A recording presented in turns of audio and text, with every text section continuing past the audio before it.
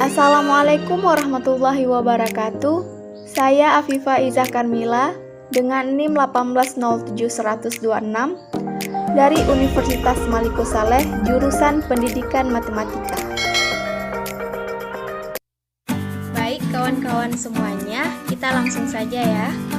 Di sini saya akan menjelaskan bagaimana cara mengolah data hasil dari penelitian menggunakan SPSS.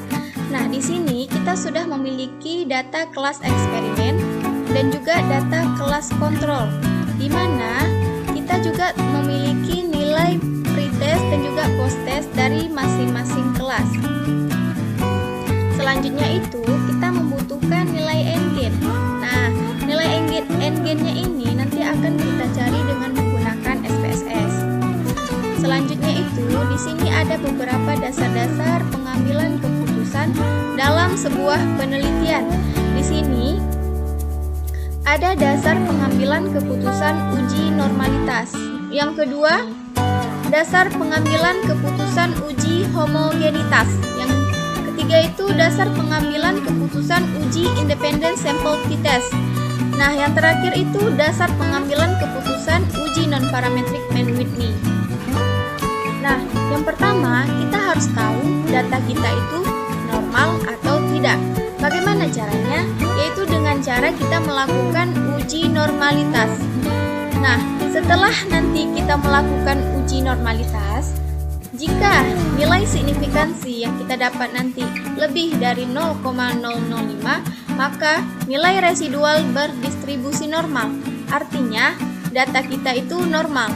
Jika nilai signifikansi yang kita dapat nanti kurang dari 0,005, maka nilai residual tidak berdistribusi normal.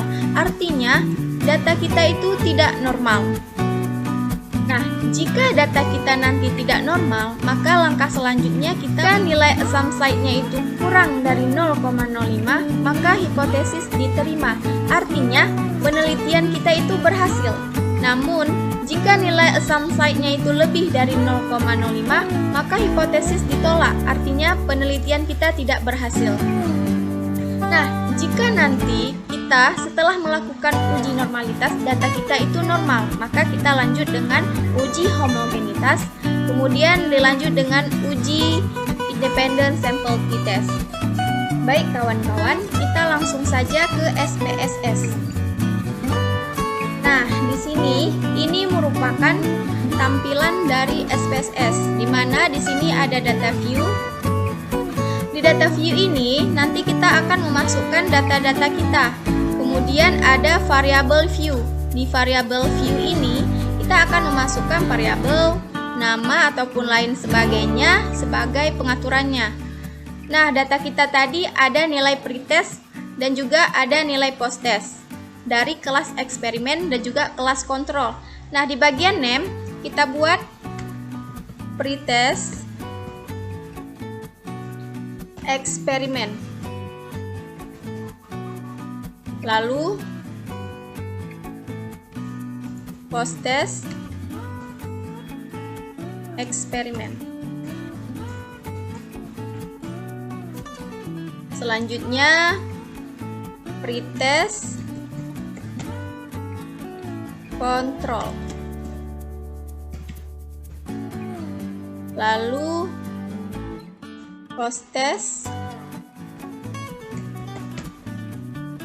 kontrol.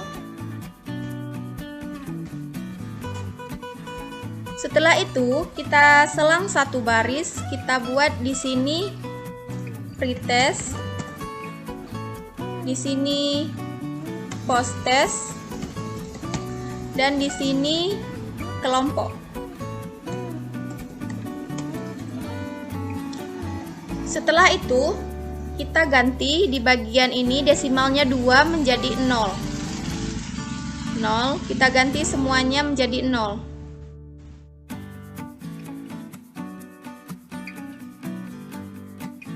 0, 0, 0, 0.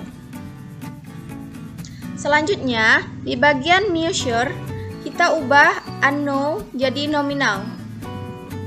Nominal jadi nominal,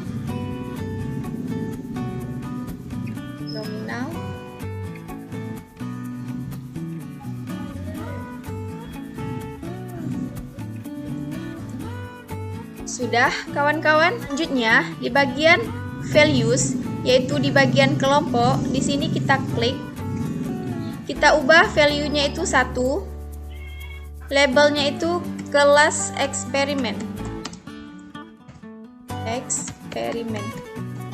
Kemudian kita klik add, kemudian di sini kita buat 2, kita buat kelas kontrol. Kita klik add dan kita klik OK. Oke, sudah untuk variable view. Selanjutnya kita lanjut dengan data view. Nah, di data view ini kita akan memasukkan data-data kita sebelumnya yang ada di Microsoft Excel. Untuk yang pertama itu kita blok data kita kelas eksperimen, yaitu nilai pretest dan juga nilai posttest. Kemudian kita copy, kita pastekan ke SPSS. Sudah, jika sudah, kita juga mempastekannya di sini. Paste. Kemudian ada cara lain, kalian juga bisa dengan mengetiknya satu persatu, namun itu membutuhkan waktu yang lama. Jadi saya sarankan lebih baik kalian mengkopinya saja. Kemudian selanjutnya kita copy yang nilai pretest posttest kelas kontrol. Ctrl C, kemudian Ctrl V. Di bagian ini kita juga mempastekannya. Ctrl V. Nah, selanjutnya untuk yang kelompok. Untuk yang kelas eksperimen 1, Ctrl C, kemudian Ctrl V. Begitu juga untuk yang kelas kontrol, kelompoknya 2, kita copy, kita pastekan di sini. Nah, selanjutnya kita akan menganalisis datanya. Bagaimana caranya? Yaitu kita akan mencari nilai n-gain. Yang rumus nilai n-gainnya itu di sini. N-gain sama dengan posttest dikurang dengan pretest. Kemudian skor maksimalnya dikurang dengan nilai pretest. Baik, langsung saja kawan-kawan. Di sini kita klik transform. Kemudian compute variable. Nah, di bagian target variable kita masukkan posttest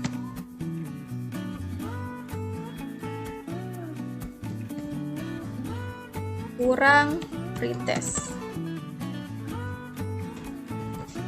Kemudian di type and label kita pilih posttest, kita klik tanda panah, kita klik di bagian sini tanda kurang. Kemudian kita klik pretest, kemudian kita klik tanda panah lagi dan kita OK-kan.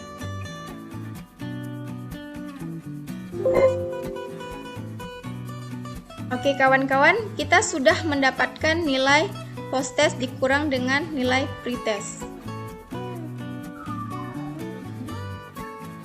Nah, ini. Selanjutnya itu kita klik lagi transform, kita pilih compute variable. Di sini kita ubah menjadi max kurang pre. Lalu di type and label kita klik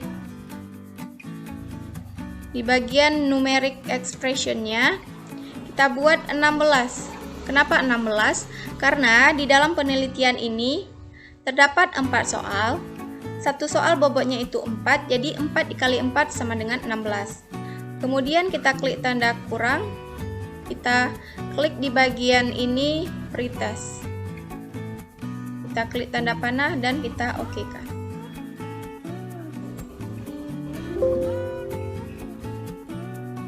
Nah, kita sudah dapat nilai maksimal dikurang dengan pretest. Selanjutnya kita klik lagi transform, compute variable. Di bagian sini kita buat n-gain.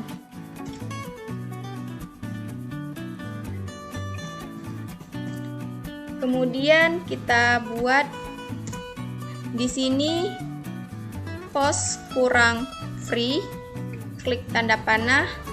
Di bagian ini kita pilih tanda bagi pembagian, yaitu dibagi dengan max dikurang dengan free. Klik tanda panah, kita oke kan.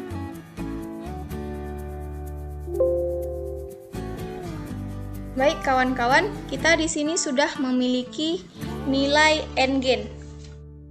Di mana kawan-kawan di sini bisa lihat di sini nilai endgainnya. Setelah kita mendapatkan nilai endgainnya, selanjutnya kita bisa menganalisis datanya. Bagaimana caranya?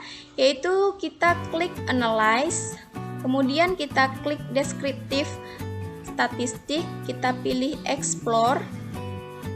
Lalu di bagian ini kita pilih endgain, kemudian kita masukkan ke dependent list, lalu kelompok kita masukkan ke factor list, kemudian kita klik plot, dan di sini kita centang di normality plot with test, kemudian klik continue dan kita oke kan.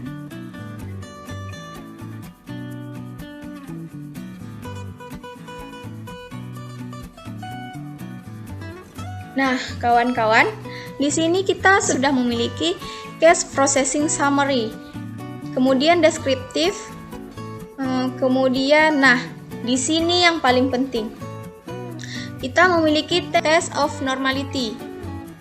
Kita di sini menggunakan uji Shapiro-Wilk. Untuk nilai endgain kelas eksperimen, kita mendapatkan nilai signifikansinya itu 0,050. Untuk nilai endgain kelas kontrol, kita mendapatkan nilai signifikansinya itu 0,002. Jadi kita lihat kembali di dasar-dasar pengambilan keputusan kita tadi, yang untuk uji normalitas di sini dikatakan jika nilai signifikansinya itu lebih dari 0,05 maka datanya itu normal. Namun jika nilai signifikansinya itu kurang dari 0,005 maka datanya tidak normal. Berdasarkan data kita di kelas eksperimen dan kelas kontrol, kita mendapatkan untuk data eksperimennya kita mendapatkan 0,050, yang artinya itu lebih dari 0,05, berarti data kita itu normal.